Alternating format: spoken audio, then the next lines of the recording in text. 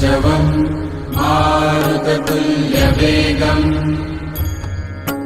जितेन्द्रियं बुद्धिमतां वरिष्ठं वातात्मजं वानरयूथमुख्यं श्रीरामदूतं शरणं प्रपद्ये श्रीरामदूतं शरणं प्रपद्ये। ಸ್ವಚ್ಛ ಮನಸ್ಸಿನ ನನ್ನ ನೆಚ್ಚಿನ ಕನ್ನಡಿಗರಿಗೆ ಹೊಸ ವಿಡಿಯೋಗೆ ಸ್ವಾಗತ. ಇವತ್ತು ನಾನು ನಿಮಗೆ ಪರಿಚಯಿಸೋ ಹೊರಟಿರೋದು ಒಂದು ಆಂಜನೇಯನ ದೇವಸ್ಥಾನ. ಈ ದೇವಸ್ಥಾನದ ವಿಶೇಷತೆ ಏನು ಅಂದರೆ, ಇಲ್ಲಿ ಆಂಜನೇಯನನ್ನು ಹುಲಿಕುಂಟೇಶ್ವರ ಅಂತ ಕರೀತಾರೆ. ಆಂಜನೇಯನಿಗೆ ಹುಲಿಕುಂಟೇಶ್ವರ ಅಂತ ಏನಕ್ಕೆ ಹೆಸರು ಬಂತು ಅಂತ ತಿಳ್ಕೊಬೇಕಾ? ಹಾಗಾದರೆ ಈ ವಿಡಿಯೋ ಪೂರ್ತಿಯಾಗಿ ನೋಡಿ. मनोजवं मारुततुल्यवेगं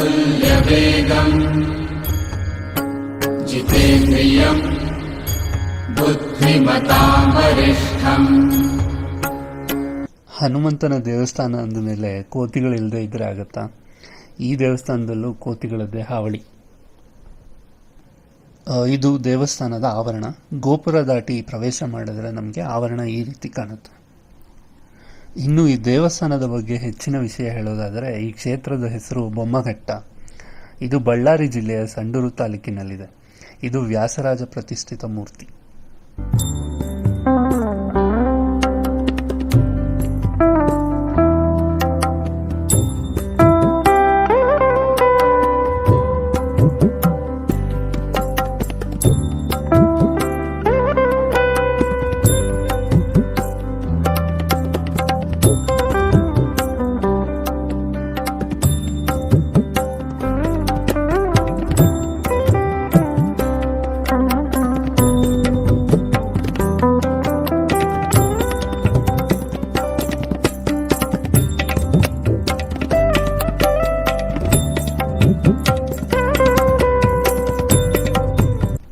ಈ ಪುಷ್ಕರಣಿಯನ್ನು ನೀವು ನೋಡ್ತಾ ಇದ್ದೀರಿ. ಇದು ವಾದಿರಾಜ ಗುರು ಸಾರ್ವಭೌಮರು ಅಮೃತ ಹಸ್ತದಿಂದ ಆಂಜನೇಯನ ಪೂಜಾ ಕೈಂಕರ್ಯಗಳಿಗೆ ಹಾಗೂ ಸ್ವಾಮಿಯ ಸೇವೆಗೆ ಅವಶ್ಯಕ ಎಂದು ಮಾಡಿದರು.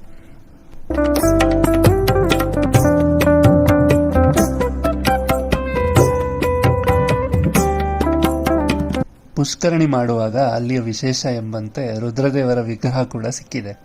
ಆ ವಿಗ್ರಹವನ್ನು ಪುಷ್ಕರಣಿಯ ಸಮೀಪವೇ ಪ್ರತಿಷ್ಠಾಪನೆ ಮಾಡಲಾಗಿದೆ.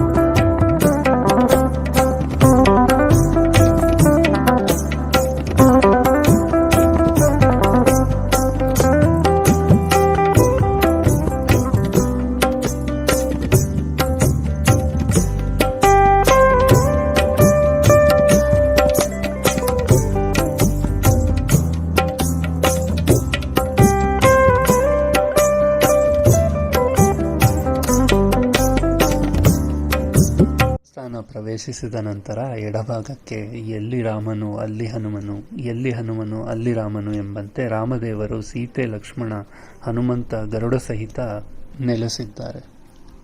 ಇನ್ನು ಮುಖ್ಯ ವಿಷಯಕ್ಕೆ ಬರೋಣ. ಈ ಕ್ಷೇತ್ರದ ಹನುಮಪ್ಪನಿಗೆ ಹುಲಿಕುಂಟೆರಾಯ ಎಂಬ ಹೆಸರು ಏಕೆ ಬಂತು?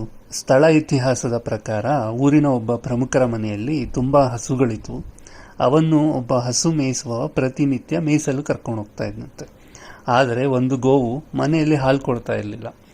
ಇದನ್ನು ಪ್ರಮುಖರಾದ ಶಾನುಭೋಗರು ಗಮನಿಸ್ತಾರೆ. ಹಸು ಮೇಯಿಸುವವನನ್ನು ಕರೆದು ಕೇಳ್ತಾರೆ, ಯಾಕೆ ಈ ಹಸು ಹಾಲು ಕೊಡ್ತಾ ಇಲ್ಲ, ಇದರಲ್ಲಿ ನಿನ್ನದೇ ಏನೋ ಕೈವಾಡ ಇದೆ ಅಂತ ಜೋರು ಮಾಡ್ತಾರೆ. ಆ ಹಸು ಮೇಯಿಸುವವನು ಇದಕ್ಕೆ ಏನಾದರೂ ಮಾಡಿ ಸತ್ಯಾಂಶ ತಿಳಿಬೇಕು ಅಂತ ಗೋವನ್ನು ಮೇಲು ಬಿಟ್ಬಿಟ್ಟು ಅದನ್ನು ಹಿಂಬಾಲಿಸಿದ ಆತನಿಗೆ ಒಂದು ಆಶ್ಚರ್ಯಕ್ಕಾಗಿತ್ತು. ಹಸುವು ಹುಲಿಯ ಪೊದೆಯಲ್ಲಿ ಅಡಗಿದ್ದ ಆಂಜನೇಯನ ಮೂರ್ತಿಗೆ ಕ್ಷೀರಾಭಿಷೇಕ ಮಾಡ್ತಾ ಇತ್ತು. ಅದೇ ದಿನ ಗ್ರಾಮದ ಕರ್ಣಿಕರ ಸ್ವಪ್ನದಲ್ಲಿ ಸ್ವಾಮಿ ಕಾಣಿಸ್ಕೊಳ್ತಾರೆ. ತಾನು ಇರುವ ಜಾಗದ ಬಗ್ಗೆ ತಿಳಿಸಿ ಆತನನ್ನು ಅಲ್ಲಿಂದ ಕರೆತರಬೇಕು ಎಂದು ಸೂಚಿಸ್ತಾರೆ. ಊರಿನ ಪ್ರಮುಖರೆಲ್ಲ ಸೇರಿ ಆಗ ಸ್ವಾಮಿಯ ಪ್ರತಿಷ್ಠಾಪನೆ, ದೇವಸ್ಥಾನ ಕಟ್ಟಿಸುವುದರ ಬಗ್ಗೆ ಚರ್ಚೆ ನಡೆಸ್ತಾರೆ. ನಂತರ ಸ್ವಾಮಿಯನ್ನು ಹುಲಿಯ ಪೊದೆಯಿಂದ ಹೊರತಂದು ವಿಜೃಂಭಣೆಯ ಮೆರವಣಿಗೆಯಿಂದ ಊರಿನ ಒಳಗೆ ಕರೆತರ್ತಾ ಇರ್ತಾರೆ. ಆಗೇನಾಗುತ್ತೆ ಅಂದರೆ, ಹೊರಟ ಮೆರವಣಿಗೆ ಊರ ಹೊರಗೆ ಒಂದು 3-4 ಕಿಲೋಮೀಟರ್ ಆಚೆ ಒಂದು ಜಾಗದಲ್ಲಿ ನಿಂತು ಬಿಡುತ್ತೆ. ಅಲ್ಲಿಂದ ಮೂರ್ತಿಯನ್ನು ಎಷ್ಟೇ ಪ್ರಯತ್ನ ಪಟ್ಟರೂ ಕದಲಿಸಕ್ಕೂ ಆಗಲ್ಲ, ಕರೆ ತರಕ್ಕೂ ಆಗಲ್ಲ ಊರಿನ ಒಳಗೆ. ಹೀಗೆ ಸ್ವಲ್ಪ ದಿನ ಕಳೆಯುತ್ತೆ. ಮತ್ತೆ ಸ್ವಾಮಿಯು ಕರ್ಣಿಕರ ಸ್ವಪ್ನದಲ್ಲಿ ಕಾಣಿಸ್ಕೊಳ್ತಾರೆ. ಕಾಣಿಸ್ಕೊಂಡು ನನ್ನನ್ನು ಇದೇ ಜಾಗದಲ್ಲೇ ಪ್ರತಿಷ್ಠಾಪನೆ ಮಾಡಬೇಕೆಂದು ಸೂಚಿಸ್ತಾರೆ. ಹುಲಿಯ ಪೊದೆಯಿಂದ ಹೊರಬಂದವನಾದ್ದರಿಂದ ಈ ಆಂಜನೇಯನ ಮೂರ್ತಿಗೆ ಹುಲಿಕುಂಟೇಶ ಎಂದು ಕರೀತಾರೆ ಜನ. ಓಂ ಹನ್ ಹನುಮತೆ ನಮಃ. ಓಂ ಹನ್ ಹನುಮತೆ ನಮಃ. ಓಂ ಹನ್ ಹನುಮತೆ ನಮಃ. ಸಂಚಾರತ್ವೇನ ಶ್ರೀ ವ್ಯಾಸರಾಯರು ಹುಲಿಕುಂಟೆರಾಯನ ಪ್ರತಿಷ್ಠಾ ವಿಧಿವಿಧಾನವನ್ನು ಮಾಡಿ ಶ್ರೀ ಕ್ಷೇತ್ರವನ್ನು ಇಮ್ಮಡಿಗೊಳಿಸಿದ್ದಾರೆ.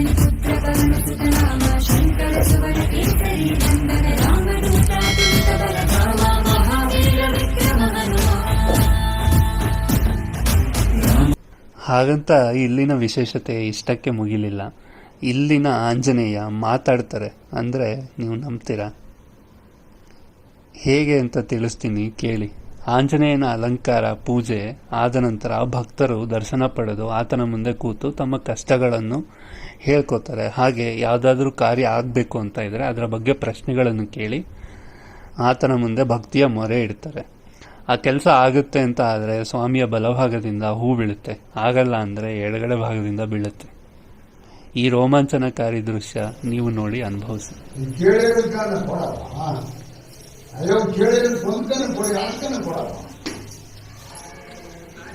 ಈ ವಿಗ್ರಹವು ಬಾಲ ಮತ್ತು ಬಲಗೈಯನ್ನು ಮೇಲೆತ್ತಿದ್ದು ದುಷ್ಟ ನಿಗ್ರಹ ಅವತಾರವನ್ನು ಸೂಚಿಸುತ್ತದೆ.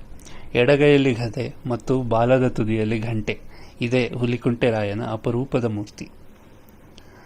ಒಮ್ಮೆ ಗನ್ನ ಬೊಮ್ಮಘಟ್ಟ ರಮ್ಯ ಕ್ಷೇತ್ರ ತುಳಿದ ಜನರು ಏನು ಧನ್ಯರು, ಜಗದೊಳೆಂತ ಮಾನ್ಯರು.